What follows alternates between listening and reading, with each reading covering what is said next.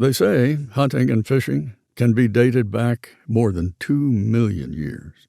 Throughout the years, the historic angler and hunter has steadily evolved into the avid hunter and angler that we know and love today.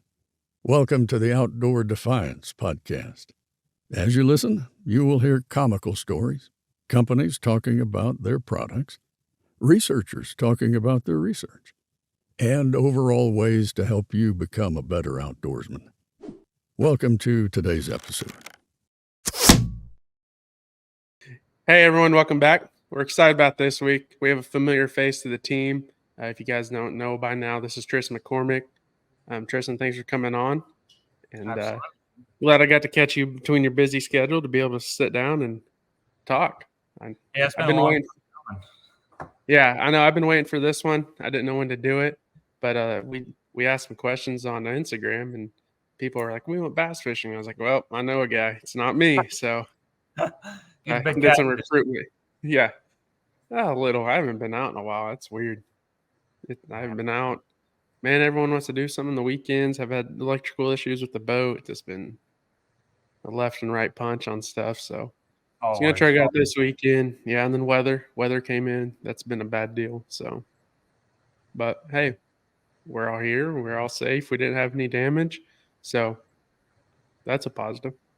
If you're wondering where Gunner is this week, Gunner's in South Dakota fishing with his dad and grandpa. So he's not going to be in this episode. So, he has a good reason not to be. He's hanging out with family, but there'll be some pictures this next week of that. So stay tuned and watch for that. I'll see if I can start not stuttering and go on with this. So me and Tristan grew up. I'm going to kind of give a backstory and then we'll roll into it. Me and Tristan grew up. We met each other. I think I was in 6th or 7th grade. I moved to Morrison, and we had a mutual friend, Cody, and we were both hanging out there one day. And then it's like, once we met, we couldn't be separated. Basically lived with each other. And, if you know anything about Tristan and what he's doing right now, he's done incredible things. But watching it from my perspective of, a small town kid, and then going around jumping pond to pond, and me going, man, this is bass fishing. Like, I never really loved it like he did, but like, going back, and I'll kind of go over this a little bit now, but then we'll roll into here a little bit more together. But watching him grow up, just watching him fish, I was like, this is stupid. Like, you fish right next to him, the dude just reels in a 5-pounder, and you're like, and then you'd be like, what are you doing fishing? I'm like, man, we just got, I just left your house from doing that. And he's like, oh no. But so his passion for fishing has been unreal. But anyways, Tristan, let's kind of roll into kind of how you got started becoming a pro angler, and kind of your road to where you are. Yeah, absolutely. So like Taylor said a minute ago, I was living in Oklahoma at the time. We met through Cody, and we always grew up hunting and fishing. We loved it. I'm pretty sure we loved hunting a little more at some conveniences, but fishing was always, it was just always fun. And back to Cody, Larry, his grandpa, he knew a bunch of guys, local guys around, and had all this land, all this water access. And that's what we did. We just went around. We had a little, and I still have it, Taylor, actually, the 10-foot pond crawler. I still have it. It's at the other shop. And man, just the memories we had out of that thing, just getting in those ponds. Larry would take us around and, just hop around, catch a ton of bass. It was so much fun. But, later on. It didn't even have to be a pond for us to go to. We were in the lakes with that thing. We went to Sonar in it. We was everywhere with it. But a lot of great memories there. But, fast forward a little bit, I kind of got separated and moved back to Tennessee. That's where I was originally from, born and raised. We was living in Oklahoma because we grew up riding horses. That's a totally different side piece, but that's what we was doing. That's why we moved there. But luckily we did, because I met Taylor and Gunner and a lot of other guys down there, and just become really good childhood best friends. And even though we're 11 hours away from each other, we still talk all the time. But fast forward, moving back to Tennessee was kind of scary for me, because if any of y'all watch this know Morrison, there's about 10 people that live in Morrison. And, going to, I guess, elementary school and middle school there was like, okay, you knew everybody in there. You could count to, 30 people, and that was the whole school. Yeah. So moving back to Tennessee, my freshman year of high school is when I moved back, and there was 420 kids in my class. Wow. Yeah, I was a nervous wreck, dude. But I mean, that's kind of off topic. But came back here in high school, and like I said, we always grew up fishing ponds and stuff. And I was sitting there one morning, and they always come over to intercom, do the national anthem and everything. And they were like, "Hey, there's a fishing meeting after school at 3:30 if you want to sign up." And I was like, "Huh, okay." So I went to the meeting, and there was one guy in there, another Cody Thornton from here. And long story short, we become high school, fishing partners, and fished all across Tennessee, the nations, the nationals. Like it was a lot of fun. And that's kind of like where, for me, it kind of like started, like the itch started. Mm-hmm. You always hear, whether you're catfishing or trout fishing, whatever it is, like you have that itch, you have that secondhand nature. Like I just feel like I want to do this a lot more than I already am. So that kind of led, all throughout high school. And I was fishing. My parents, very fortunate. My parents got me my first bass boat, and I was fishing out of Paris Landing. I'll never forget. It was me and Bradley Puckett, and we was fishing a derby, and we got second in it. And the coach of Bethel University come walking down the ramp. He was like, "My name's Gary Mason. Have you ever thought about fishing in college?" And I was like, "College?" I don't even know if I'm going to college, honestly. And secondly, I didn't even know, if there was such thing. And sure enough, man, there it went. It took off. I went to Bethel University, and college, like where it is, high school and college period. So let me back up. So high school, when I started, was not this big. We had 40 boats in the tournament. But now, dude, I mean, the national championship, there's over 400 boats in a high school tournament. That's incredible. Yeah. Just to watch it, like, okay, I've been there, and I kind of watch it prevail, watch it get bigger and bigger, is just totally insane. And same way with college. When I went to Bethel, I got there in 2016. That was my freshman year. And Bethel University, looking back, and I didn't know it at the time, but it was like the mecca of all colleges of bass fishing. Like it was the Alabama of bass fishing, and a lot of hammers over there. And so I started there, and years went on and on and on. And that's kind of like, fast forward now, that's kind of where my career started. Had a lot of good tournaments, a lot of success in the college ranks. And the last tournament I ever fished, I went there for 5 years, and it was a college bracket. And we made it through the national championship. We got second in Natty, and prevailed us to the bracket. It's an 8-man, format bracket style, Mm-hmm. and it's 1v1. The last one standing wins it all. And what that allows you to do is you get a brand new Toyota truck, a brand new Nitro Z20 bass boat, all entry fees paid for. We'll get into that, but in the Bassmaster Opens, and a ticket to the Bassmaster Classic, which is the Super Bowl of bass fishing. Absolutely. Yeah, I mean, you've seen it, Taylor. I mean, if you guys have never been to a classic, and it's somewhere near you, I highly suggest going. Even if you're like not an avid bass angler, but it's incredible to see. It gives me goosebumps. I've been to 2 of them, and it's incredible to see. But that's kind of, like I said, that's kind of where it started for me. And fast forwarding here today, that's where I am, and working for great companies, and it's just been a dream come true. It really has. Right. Yeah, I remember go back on when we were growing up, and it's, if you look at Tristan on the side, like I know him, like the dude, whatever he's done, he's always been able to get to that level of whatever he wanted to do. You talk about baseball, dude was one of the best pitchers around, and we're not talking about just Morrison. We're next to Stillwater. Like we had competition around here. You talk about pitching, the kid had an arm that you didn't see at that age. You go to basketball, he could stroke threes like no other. You go to football, whatever he did, even all the way back to horses. I mean, he was winning championships doing team pinning, right? Yep, team pinning, ranch sorting. And I mean world like championships, right? Yeah. So I mean, and he's always been able to, whatever he does, he's always put his mind that he can be the best. And it's been cool to watch him go from all these little steps, of in life to boom, and it's been unreal, dude, just watching you progress and knowing from you. Like a lot of people know you just from watching you or this and that, but I get to know you as like my best friend, my brother, like whatever you want to call it. And it's been awesome. But where I'm going with that is when you're going the Bassmaster Classic, like, dude, it's going to be any time, and it's going to be your time. And I know it because I've seen you throughout the years, and I know I'm probably jumping several topics, but I've seen you through the years. Because I've always seen you prevail and go through the difficulties, the struggles, and at the end get the highest accomplishment you can. So I'm ready to see you do that in this sport. Just going back, it's been awesome to watch you, and it's been exciting. Even every time you're here, I try to come watch and like you said, if you haven't been to a Bassmaster Classic, like I've never really like fell in love with bass fishing, but then when I started doing the jackpots last year, like it started a different flame.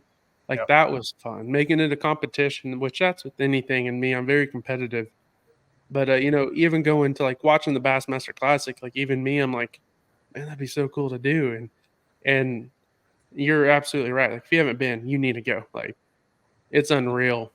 It's incredible, dude. And like the last one was in Oklahoma on Grand Lake, and Justin Hamner won that. So congrats to him. Good buddy of mine. But dude, just the crowd that the Classic brings to the city, wherever it's at. I mean, the numbers come out, a couple of weeks ago for the Classic, but in Tulsa, dude, like there was over like 6 million impressions on, just everything. All the hotels were booked. You couldn't find a parking spot. It's just incredible, dude. Like I said, and we both said it, like you don't have to have that urge for bass fishing. Like there's the weigh-in, the trade show. The trade show is ginormous. There's hunting stuff there. You'll hear duck calls walking down the aisle. It's just an outdoor mecca is what it is. And everybody that loves outdoors is there. And so like I said, we're going to keep saying it, but if you have never been, I highly suggest going because it is.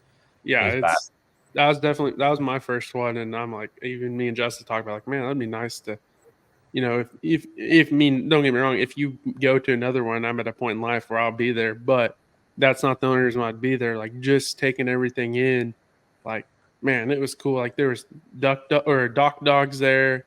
Yeah, doing the water jumping. That was cool. Yeah. I'm trying to think. There was just, like you said, there's so much more than bass fishing, and not only that, like.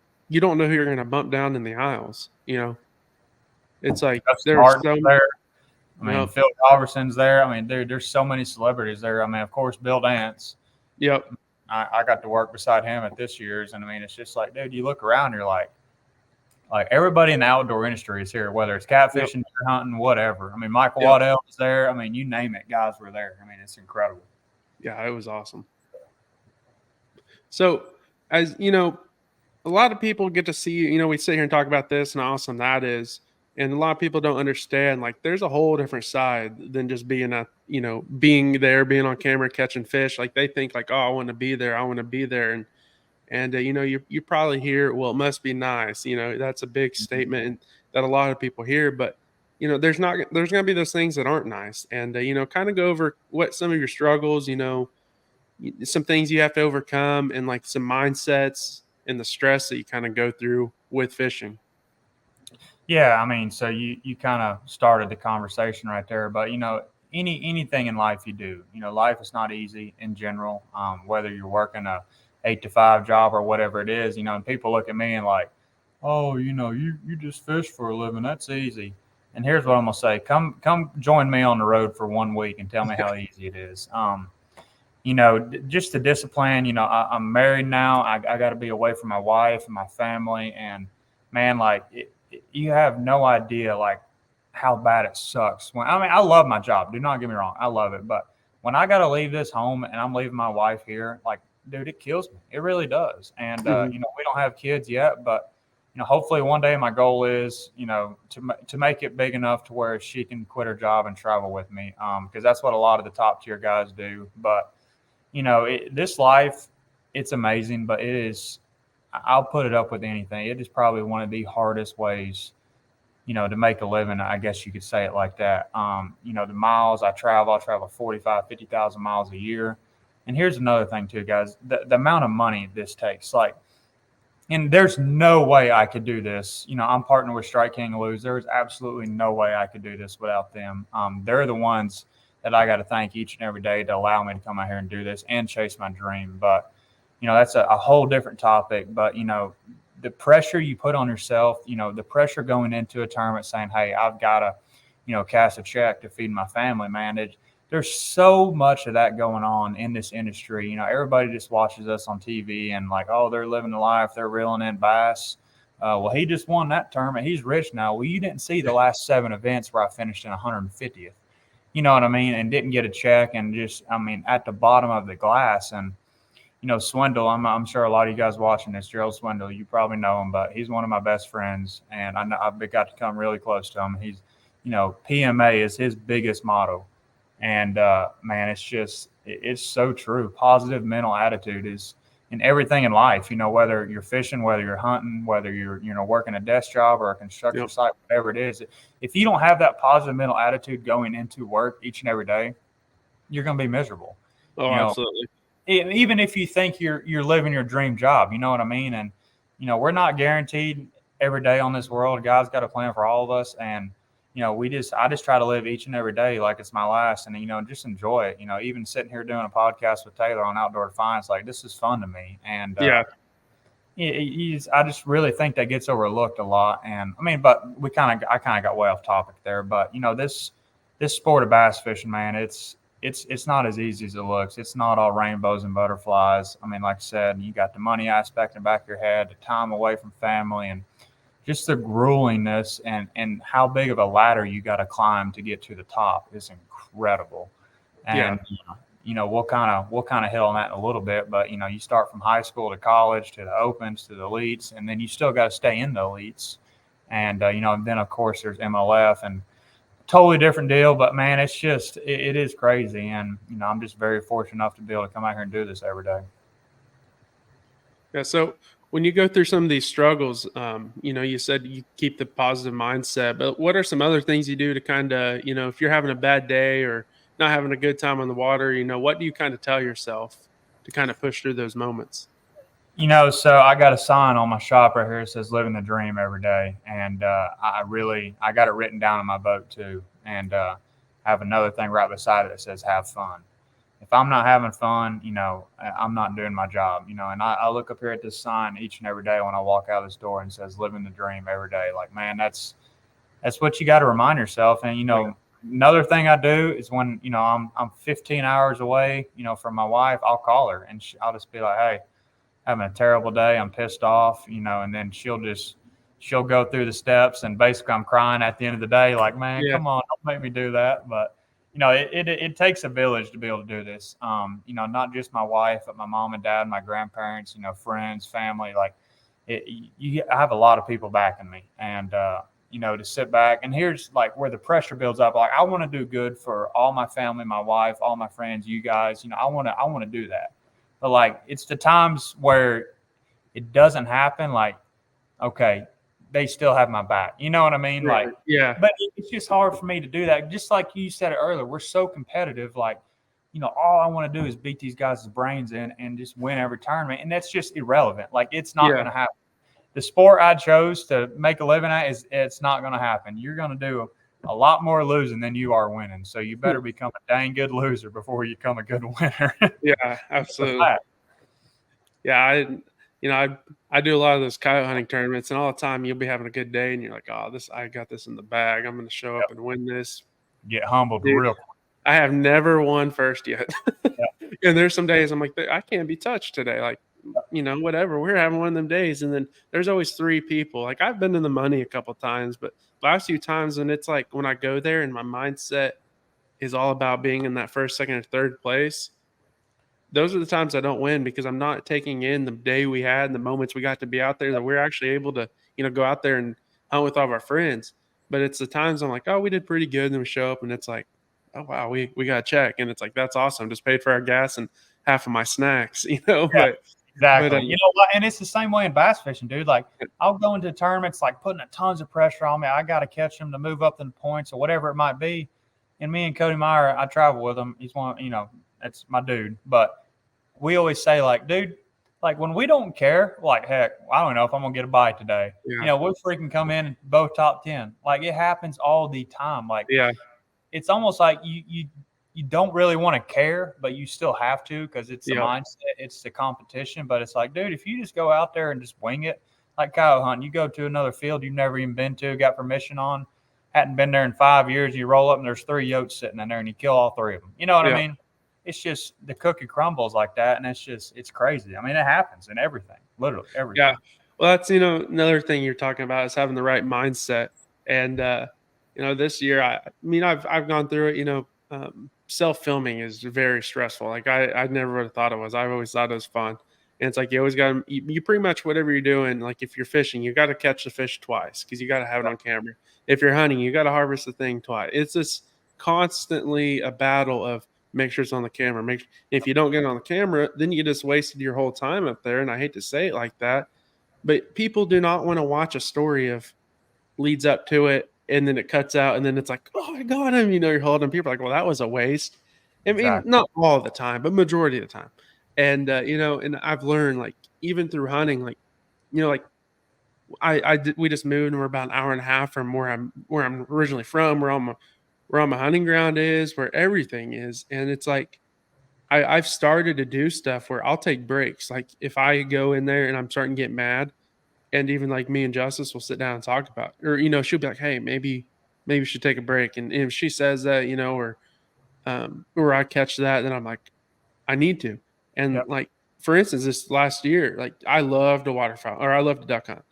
Like, I don't really care about geese. They get on my nerves. Like if we smash them, that's awesome, but they get on my nerves. I love to kill ducks. Like it goes deer. And then, I don't know how tight it could be to be a second place, but it's ducks. And, and I found myself this year just getting like, the hunts were going to be incredible, but then I'll just be getting frustrated. It's like, and a lot of it was there's a lot of, new guys in the field that I'd never hunted around, and they thought their experience was better than mine, which I'm not saying I'm a better hunter than them, but they were very vocal on their experiences and were like pretty much like just talking down on me. And I'm like, listen, I've done the same thing you have, but I'm not here. I'm here to have fun. But it's like a job we're out there. And I'm like, no, like, dude. Yeah. And they're overthinking some stuff, which I'm not getting much into it, because if they listen, I don't think I was mad at them. I'm not. Is this, well, in my mind, showing up, I had to travel an hour and a half to get there one way. Mm-hmm. Well, I started catching myself getting mad. Like, should I, I start questioning, should I go this morning?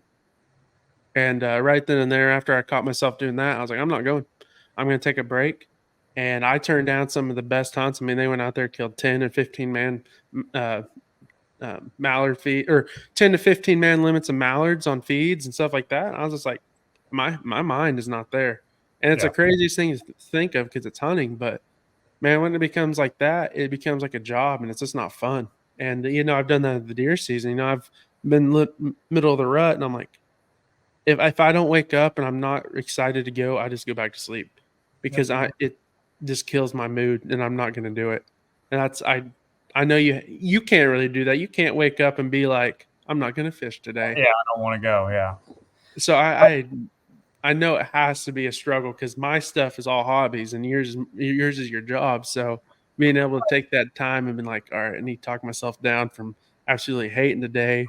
But yeah, I understand that side. There's something about it, and I think a lot of it boils down to, especially on my side, is I remember the good days. I remember, like the days I went 4 or 5 days and just loved it.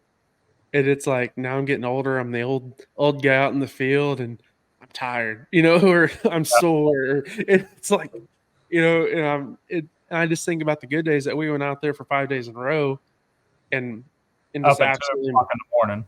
Yeah, and not even that.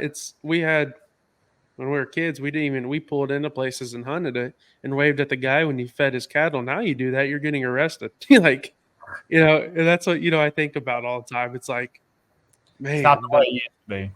Yeah. Oh, and like I said, if you got to stress over it, I mean, I know I've rambled about it, but if you got to stress over it, man, you have to be positive about it, because, after my breaks and I go back, I might miss one hunt, or sometimes I don't. It doesn't happen every season, but it's like when I go back, I'm like, I'm an idiot. Why was I like that? And I'm out there back again, happy as a lark and enjoying everything. So, I mean, like you said, though, dude, like, I'm kind of the same way, but it's different for me bass fishing. Like, when I'm hating life, when I'm doing bad in tournaments, like the best thing for me to do is come home and fish locally.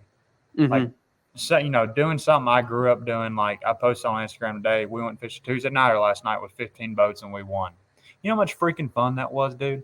And it just reminds me like, okay, this is the mindset I got to have. I was out there having fun, and it all boils back down to the pressure. Like, all of us, trying to make a living, trying to cash checks, we're just putting a ton of pressure on ourselves. And if we just go out there and have fun, if I go out there and fish at Potomac River where I'm fixing to go, like I just fished last night on Kentucky Lake, 30 minutes from my house, I'll be great. You know what I mean? Yeah. But it's so hard to comprehend that. It's so hard to tell yourself to do that because you get there, you see the trophy, you see the $100,000 check sitting there, you see all the people, like you see all the hammers, and it's like, holy crap, dude, I better button up. Here we freaking go. You know what I mean? And I do that every single tournament. Yeah. Yeah, I know. And not only that, you've had a little piece of the cake of what the Classic is like. So you want the whole cake, and it's like eating it. If I don't do good here, I'm not going to get to go. Yeah, exactly. And it's like, it shouldn't be that. It should be more of I get to go. Like I did good, and look what I get to do.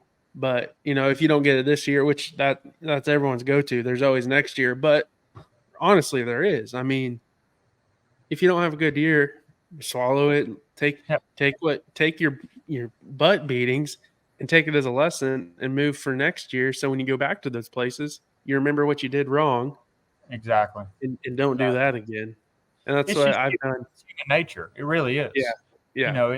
You could be a Major League Baseball player, NFL pro football player, and the worst year you've ever had and come back next year and win the Heisman Trophy. I mean, it's the same way. It's just life in general. It's the way. It's the world we live in, and you just gotta. And it's all up here. Like everything we do is in your mind, and if you can ever control this up here, you doing great. Absolutely. That's what a lot of those, the greater people that they're doing really good. That's what they always talk about. They're like, you gotta, once you focus on yourself and your mind and how to control it, you have the world. And it's true. I mean, I've had to go through that with some stuff, and it's like, wow, like I'm my biggest enemy, and that's basically everyone. So we just got done talking about, kind of some of the struggles you got to go through, and let's flip it 360 degrees and let's talk some of your biggest accomplishments that you've gone through and achieved. And that could be winning, or that could be self, like goals you've made. Yeah, so and like I said earlier, like in this sport, in this profession I'm in, like you've got to learn how to be a good loser. You got to go up and congratulate the guy that won, that just kicked your teeth in that week. But that's what makes you, want to win, want to drive even more. And, for me, when I won the bracket, like I had, it took me 5 years to win a college tournament, and it was the biggest one out of all of them. And, I know it was God's plan because I got second like 4 times, dude. And I was just like, am I ever going to win one? And, but, you're like looking back, like you can literally write the story, like on a notepad, you can write how it was, going to turn out because, like I said, it's God's plan. So I won the bracket, biggest college tournament ever. And, it allows me to fish Classic, boat, truck, all entry fees paid for. So that following year, I go and fish the Bassmaster Open at Lake Hartwell and win the freaking thing. Yeah. Never in a million years would I have thought that I would have done that. It's a huge tournament, a lot of money. And that allowed me, again, to go back to the Classic. So I hold – and I'm pretty proud of this. I mean, it's kind of bragging, but it's kind of not. I'm the only college angler to ever go back-to-back. That's awesome. The Classics. So I hope I hold that for a long time, but I'm sure it's going to get broken because, there's a lot of good college guys out there, and they're really good fishermen. But, and another thing, like personal for me is, me and my wife, we write down goals. I got my goals written down this year, and, it's just I think it's good to write them out so you can see them. And I put them in my boat and everything. But, for me was to be able to pursue this dream. And like I said, it costs a lot of money. And like I wanted to find somebody to partner with to kind of take that stress off my shoulders. And I did that. I partnered with Strike King and Lose. And, I'm not going to jump into that because it's kind of disclosure. I don't want to tell, everybody what's going on. But, it took like 99.99% of the stress off my shoulders. And that's what it takes, and, finding people. Because I mean, I'm telling you, dude, I mean, just gas alone. I'm on 50,000 miles a year, not alone putting $100 in a boat every freaking time I back in the water. So it adds up. And Strike King Lou's, and somehow I'll post this too. But I was on the cover of Lou's catalog this year. Holla, there's my boy. Yeah, so that was pretty cool, man. That was just.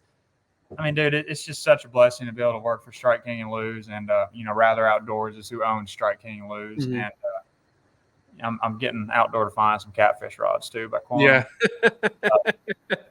So it's truly humbling, man. It's I get to, and even I might not make it in the top tier. I might not ever get there, and I know I could always fall back and work in the industry that I love. Whether. Right.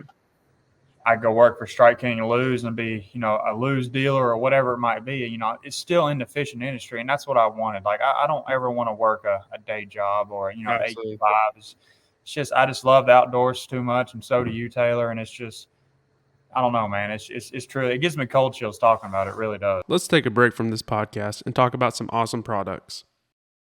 Hey, folks, let me tell you about GritKnives. They're not just your average knife company. They're all about high-quality, affordable, and unique products that'll make your outdoor adventures legendary. From limited edition pocket knives to rugged fixed blades and precision scalpels, they've got it all. Plus, their logo wear will have you repping the brand wherever you go. So whether you're out in the field or tackling everyday tasks, trust GritKnives to be your go-to for top-notch gear that won't break the bank. Are you looking for some of the best sounding turkey calls on the market? Then look no farther than JAG Calls. Since 2022, Team OD has been using their calls and have had great success doing so. Two of my personal favorite calls are the Mother Clucker and the America. And I mean, if it has a name like that, it must be good. Check out JAG Calls, that's JAG Calls, out at jagcalls.com. Hey, and while you're at checkout, use OD 2024 for a discount. Once again, OD 2024 for your discount. Now let's get back to today's episode. Yeah, and it's not only just working for someone, because I mean, I don't mean to sound like I don't mean this in a cocky way, but it's easy to find someone that wants to give you something. Absolutely.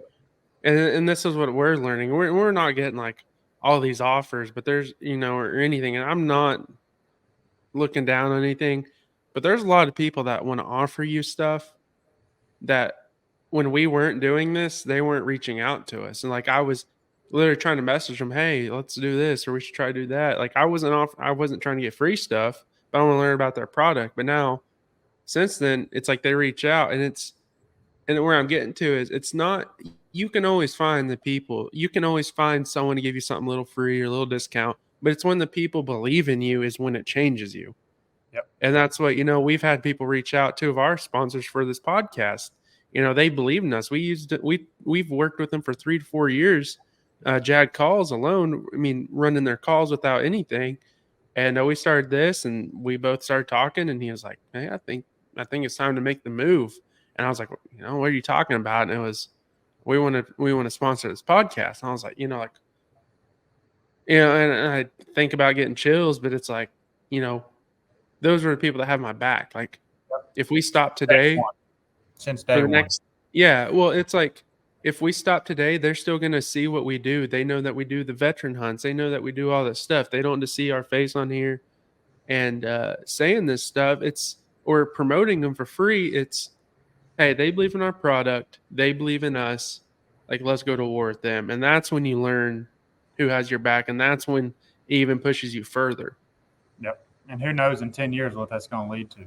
Absolutely. I mean, even with the GritKnives, I mean, we met them. It was a crazy deal. Talked to him on the podcast, and then he called back and was like, hey. And he's like, he has a way bigger platform than we do right now. And he's like, I believe what you're doing. I believe what you guys want to do. Let's do something. And I was like, done. Wow. And it's like, okay. And, we've had people reach out and say other stuff, or, reach out like, hey, I want to do an episode. In return, we'll give you all this free product. And we haven't used them because I don't really believe in that method, because I'm not I don't really want sponsors just to have sponsors. And this is what I see in you too. It's not about the sponsorship. It's about having things you believe in and you use.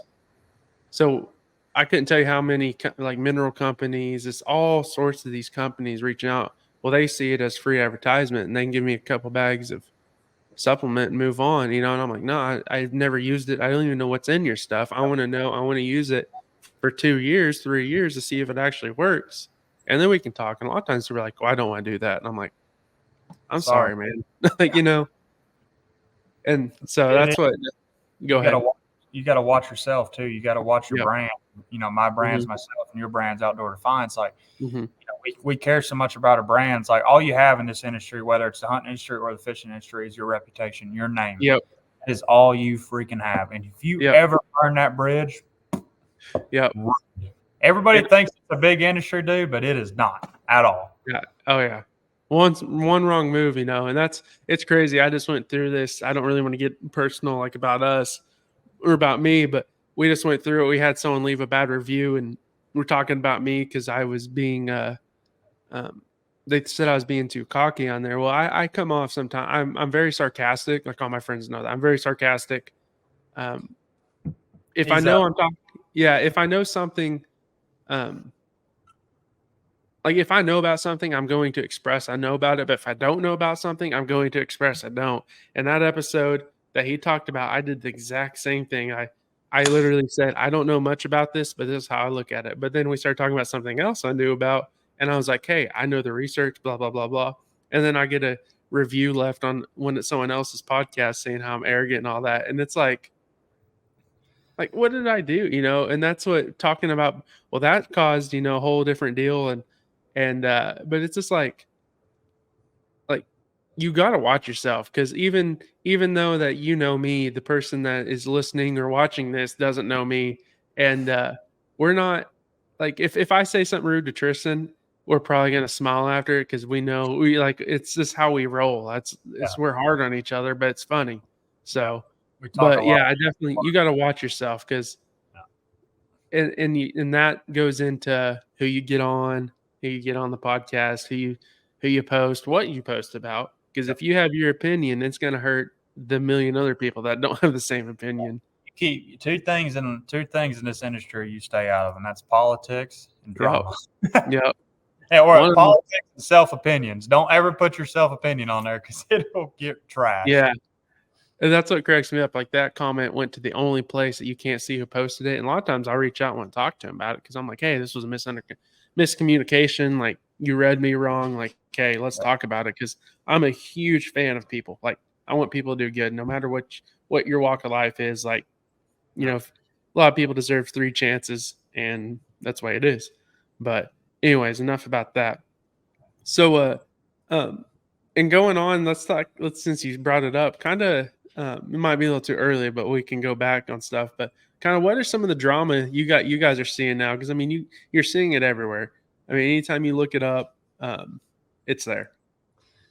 So 21st century, I'll just dive right into it. Everybody knows the technology. I mean, how far the phones have come along. And it's leading not just into the hunting industry, with cell cameras now. Like you can literally see when a freaking deer takes a breath and you'll get a notification on your phone. It's the same way in the fishing industry. So, I mean, if y'all ain't familiar about it, forward-facing sonar, live scope. Basically, I can throw my bait out there and I can watch it fall and I can see everything swimming in the water column.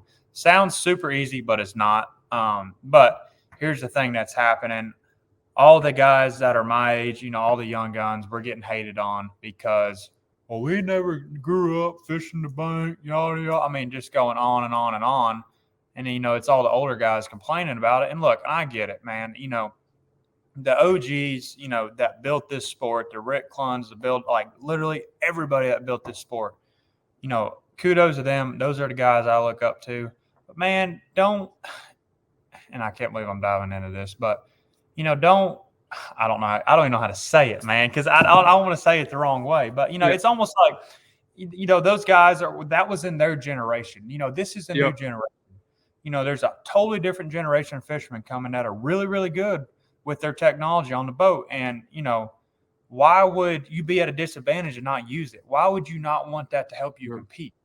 And to be a better angler, to learn the fish habitat, to learn how they react to certain baits or whatever it might be. I could talk about this for the next 10 hours, but yeah, that's the biggest thing going on in our industry right now is the forward-facing sonar, and all the fingers are getting pointed to the young guys. You know why? Because they're freaking winning. They're taking everybody's money, and that's just how it is. I mean, and they're getting pointed at and accused of cheating and this and that, and I I mean, don't know. you talk about you talk about that, but a lot of these people don't understand or aren't considering this.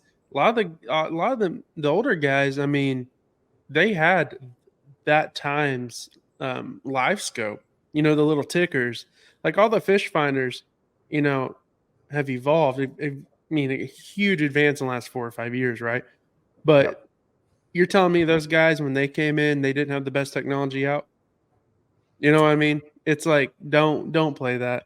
And it's, They had stuff that you or I couldn't get. yeah. I mean, And it's like, don't play that game with us, because it's that. I mean, like you said, are you going to sit back and let it be a disadvantage, or are you going to take that advantage and keep pushing? And and that, if it's that big of a deal, then let's wipe all electronics out. Everyone has to go based off eyesight. Well, then that turns into a boring events, because I don't know. I like to see big bags weighed in, and part of that's going to have to be with some electronics. But heck, I've been with you multiple times. A lot of times in the crappie or bass, yeah, they're right there, but they don't bite. you can't get them to bite. Exactly. And that's like hunting. Yeah, I can tell you, all my friends have pictures of big deer. They don't know harvest one. Yeah. And Everybody it's can show you a picture of a 200-incher, but is Yeah. it hanging on the wall? No. yeah, look what I got. Reason Look what I got. That's my favorite statement. Look what I got. Oh, we have this deer, and I'm like, go get him. And that's what the challenge is the go get him part. Like, Yep. yeah, you have the picture of it, but why? If it was that easy, why don't you have them? And that's the difference between the people that are going to sit back here and whine about it, and the people that are going to keep pushing forward and winning. And that's with anything. That's with harvesting deer. That's with, I mean, anything in life, really. If there was a kid that kind of get started and kind of follow what you've done, what do you recommend for him? The biggest thing is, you got to love it. And I always tell people this. I have a lot of my following is younger generation, and if you don't love it, if you can't see yourself doing this, or you don't love going to a pond and catching whatever, and it's not a bad thing, but I'm like, you got to have the drive, you got to have the want to, because it's growing. Like I said earlier, there's a lot of mental stuff going on, but the biggest thing I can suggest is time. It's the biggest thing with any sport, anything you do in life is, spend time to get good at it. And, if you're in high school and, look at your fishing team, see if there's a fishing team there. Meet a guy that has a boat, maybe one of your buddies' dad's got a boat. Well, y'all go to the lake one weekend and, just see if it's for you. I mean, because I don't mean that in a bad way. I'm just saying, like, this sport might not be for you. You could go into it like as a hobby, like, fishing on the weekends or whatever, but, to go out there and, try to chase this dream and become, a professional angler is grueling. And, it all starts in high school, and then it leads to college. And, then after that is where you got to figure out, okay, am I going to pursue this, or do I have to make some money first to be able to pursue this? Because unless you're just a billionaire, I don't think you got to have the people backing you, man. And that's the biggest thing I feel about it. And I love the younger generation because, that's where I was, 20 years ago.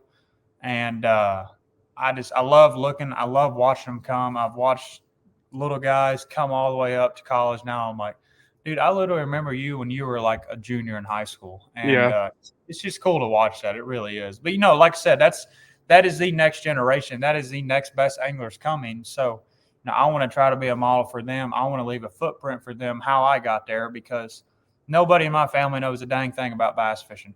We grew up fishing ponds in Oklahoma. If I can do it, I promise you can do it. And that's what I'm going to leave it at. Yeah, right. And that's another thing you guys got to do is you got to have a wall like mine. It's going to be completely white with nothing on it before you can have a wall like Tristan's. Because, yeah, Tristan has that beautiful wall. If you go watch his newest video about that wall, like, I mean, you should. It's on his YouTube. But anyways, what is behind that wall is all the work and dedication he's put in for the last 6-7 years, and that's what he got to go there. Like, you're gonna have you can't look at that and be like, that's me next year, because He's got it yeah, all. it's not gonna be you. You're gonna have to put the hard work and drive in and to be able to get that. But that's what you should look at to be like your ending. Like, that should be a goal, but don't get down and feel like that's a goal for year 1 or year 2, because I've seen Tristan grow, and he didn't have that his whole life. And then that's where he is. So that's where you want to get to. So definitely be ready to have a blank wall, no one on your side. It's just you versus the world, and go prove it that what you can do, get the drive, and build the world around you. And that's exactly what Tristan's done. That's a fact, dude. I mean, it gives me cold chills, you literally saying that, but it's true. I mean, I started with nothing. I didn't, Yeah. I mean, like I said, I didn't grow up with my dad being a professional angler and, him knowing everybody in the industry already. So it's easy for him to just, oh, here's my son, Right. sponsor him too. I mean, dude, I didn't have nobody, man. And, just the drive and the want to, and, just the dedication to the companies now that I work for is like, I mean, that's my biggest goal is if Right. I'm making them happy, I'm doing my job. So, yeah. And another thing we got online in one of our questions was how would you fish for bass? And that's a broad question. I get that. So kind of go over. So start, maybe in like North Carolina and jump a couple states, and kind of, maybe you don't have to go all the way to California because it's California, but maybe stop at Texas, but kind of go over, what you're looking for, maybe some lures you throw, kind of what you're looking for anyone that's fishing in those areas. that is and this is another thing I can sit here and talk about for hours too, but it's a very wide range. So I'll start basically plain Jane. I'm not going to dive into like the big factors of it, but the biggest thing is, what time of year is it?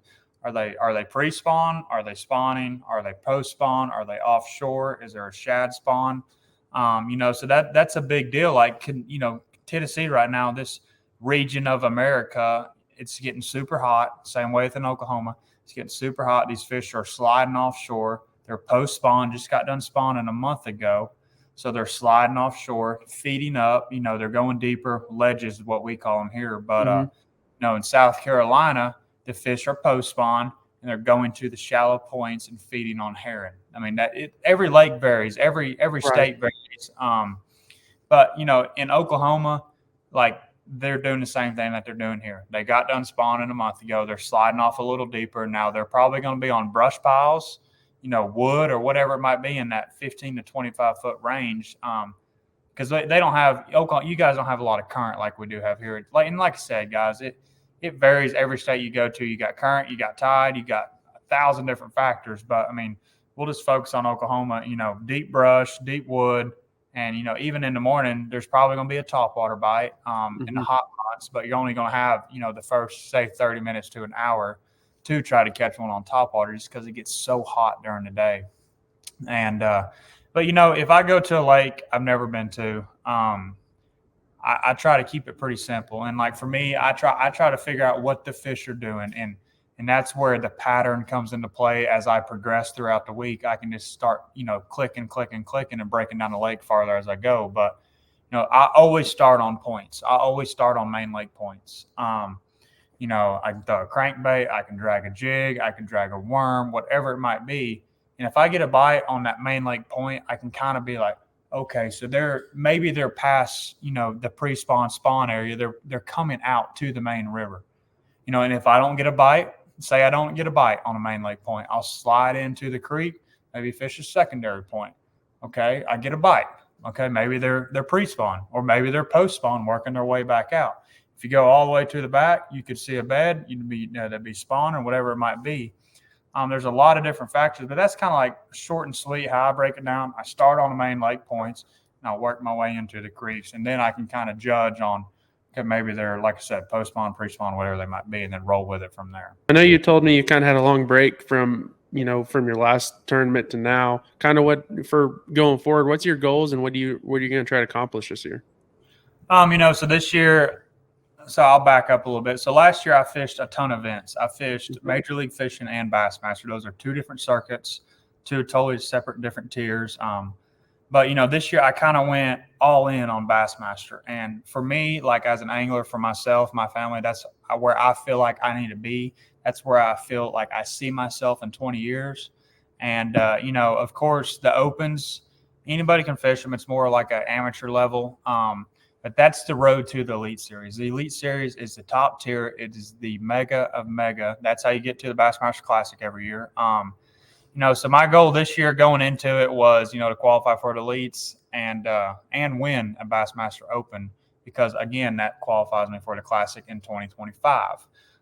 So that's, that was simple goals. I didn't really want to spread myself out. So there's 9 events in the Opens. And, like last year I fished 23 events last year, and I'm fishing 13 this year. I'm hopping in a couple MLF Toyota events, but, like I said, I kind of went all in on bass. I wanted to focus really hard on the Opens. But here's the crappy part. For me as an angler, I feel like I fish better back to back to back to back.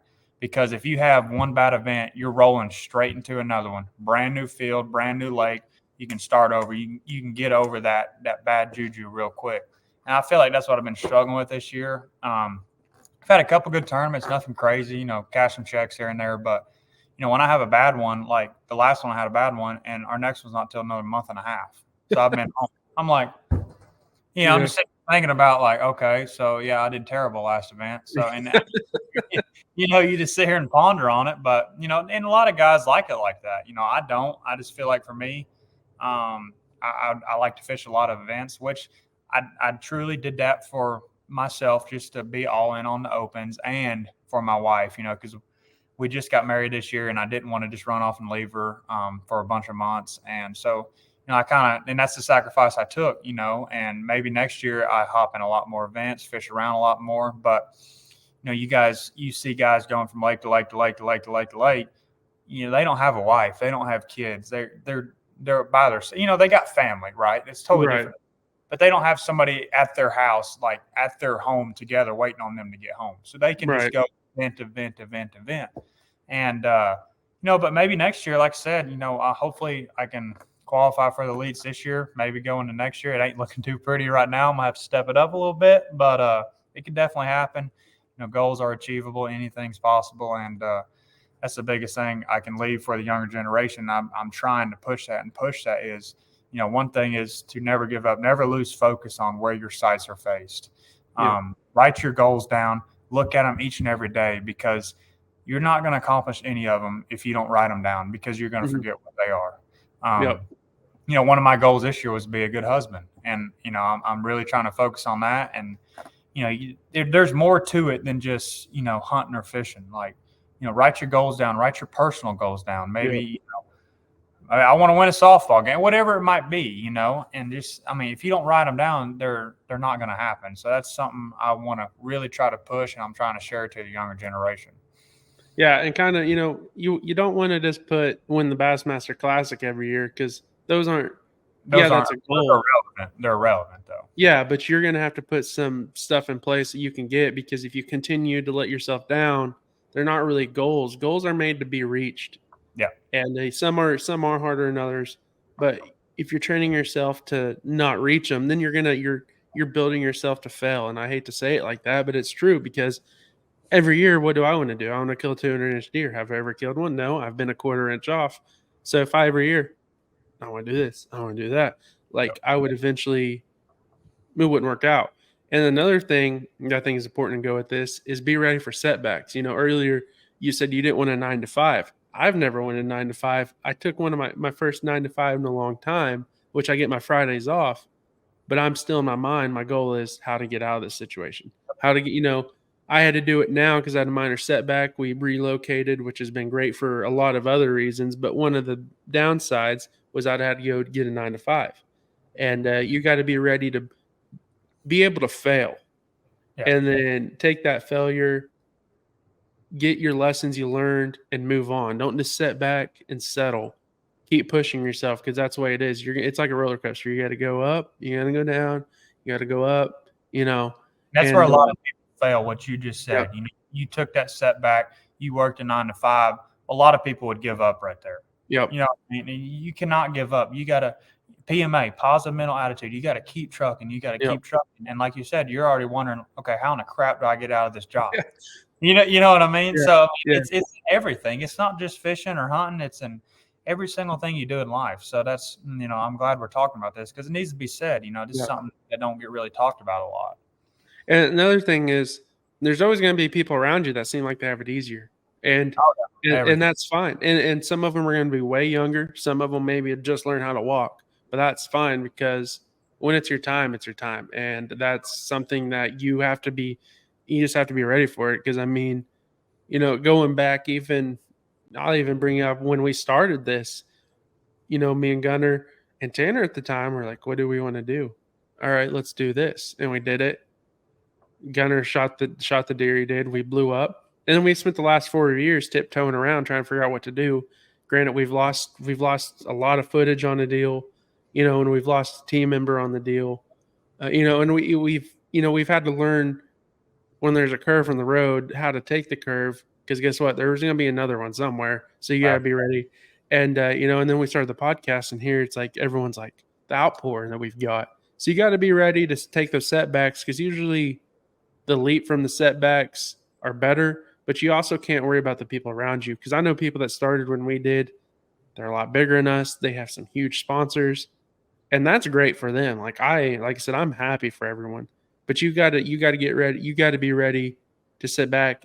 And you also another thing you need to do is stay yourself. Like there's multiple times that, and I know you can feel this. Like you can jump. We could focus on what other people are doing that are bigger than us, but that's what got them big. Yep. Right. If you're never going to take your step outside of your nest, you're going to be in the nest and try to be like your mom and dad your whole life. And if you're a bird and you got to get pushed out, you got to learn how to fly. If you don't fly, you're going to hit the ground. And guess what? Now there's a lot more predators down there. Maybe some of your siblings are flying now. And now you got to learn. And that's how this world works. Like just because Tristan made it through college. And if you don't go through college and make it, don't get settled for that. Keep pushing because it might take you to your 50, but once you're there, you're still getting the piece of cake that Tristan got. You're still getting the piece of cake that all these people got. But it's just the process. Everyone, you look at any sport that you want to watch, and some people have won it their rookie season. Some people, they're about to retire and won it. And that's how life is. So don't get mad for the people around you. Keep pushing for yourself. Yep. So it's a great way to put it, dude. Keep your eyes forward. Keep your mind in the right place and be ready, like you said, for a road or a curve in the road because there's going to be a curve in the road. There's going to be speed bumps. There's going to be a crash, and you just got to learn how to keep going. So absolutely. Let's wrap this up. Tristan, I've watched your videos about your wall, about your shop. Let everyone know where they can watch these videos, watch your fishing videos.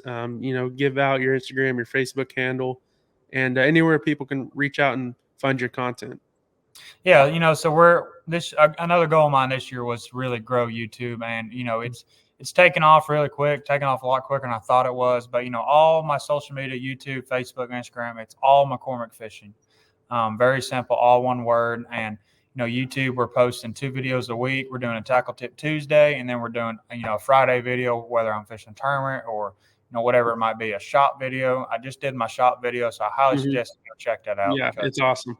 I'm very happy with it, and a lot of people love it. And I give the dimensions on it, why I did this, why I did that. So it's a pretty good little deal there. But like I said, McCormick Fishing, Instagram, I try to post 2 times a week here and there. But we're doing a lot of cool stuff, a lot of cool content.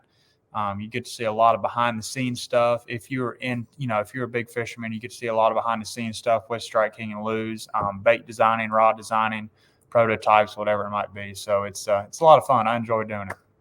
Yeah, that's a blast. And what are your next 3 events coming up that you have? So I actually come down to your guys' neck of the woods, Eufaula, Oklahoma, at the end of this month, but I'm leaving this coming Sunday to go to Potomac River in Maryland. And then I go to Eufaula, and then I go to St. Clair in Minnesota. Oh, wow. Then I go to Leech Lake in Minnesota, and then I go to Mississippi River in Wisconsin, and then I end the season at Lake Hartwell in South Carolina, where I won the Open at the same week, same date. So I'm looking forward to that. That's pretty cool. I know, dude. I'm already putting pressure on. I'm like, I just want to win Yeah. again, but probably won't. But hey, like I said, got to keep your eyes forward and keep dreaming, baby. Yep. But definitely go check Tristan out. Like I said, I just watched his shop video a couple days ago, and I was like, holy cow! I mean, me and Justice are trying to build one in the next couple of years, and that definitely put a lot of thoughts in my head what to do. But Tristan, keep grinding it out, keep throwing your lure out there, and catch a big bag and win it all. And I'm here for you, buddy. But thanks for watching. This is episode 18, and we'll catch you guys next time. Peace.